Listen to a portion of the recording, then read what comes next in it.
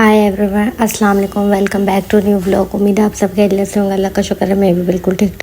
अब रमज़ान में भी कुछ ही दिन रह गए हैं तो मैंने कहा चलें हस्बैंड से कि हम लोग अपनी ग्रोसरी वगैरह जो है उसको डन कर लेते हैं, क्योंकि फिर आगे जो है घर के भी बहुत सारे काम होते हैं, उनको भी निपटाना होता है।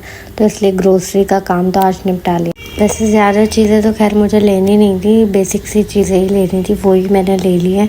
और फिर वहाँ से आने के बाद घर के काम भी करने थे ना, तो मैंने आटा वाटा गूँध लिया था। और ये कल हमने दाल बनाई थी ना, तो दाल बच गई थी, तो मैंने कहा चले, मैंने कभी बनाए नहीं है इसके पराठे, लेकिन मैंने कहा चलें फ़र्स्ट टाइम ये है मेरा, ट्राई करते हैं।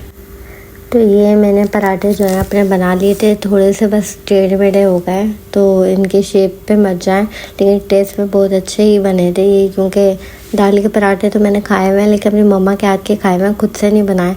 लेकिन बस इंसान जब ट्राई करता है तो वो सब कुछ कर ही लेता है। और माशाल्लाह से हमारे पराठे बन के रेडी हो गए थे, क्योंकि फिर ये जो भी काम वाम होते हैं वो इंसान पहले ही कर लेना, तो फिर टेंशन फ्री रहता है। इसलिए मेरे को तो कहीं जाना भी होता है ना, तो सालन की कोई इतनी टेंशन नहीं होती, मतलब सालन तो बन ही जाता है।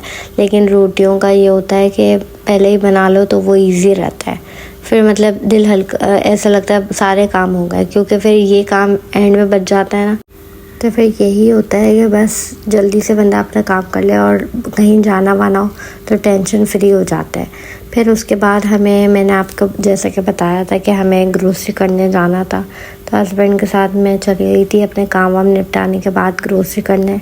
फिर हमने अपनी ग्रोसरी जो है उसको डन कर लिया था। जो चीज़ें मेरे को लेनी थी बेसिक सी, मैंने वो ले ली हैं।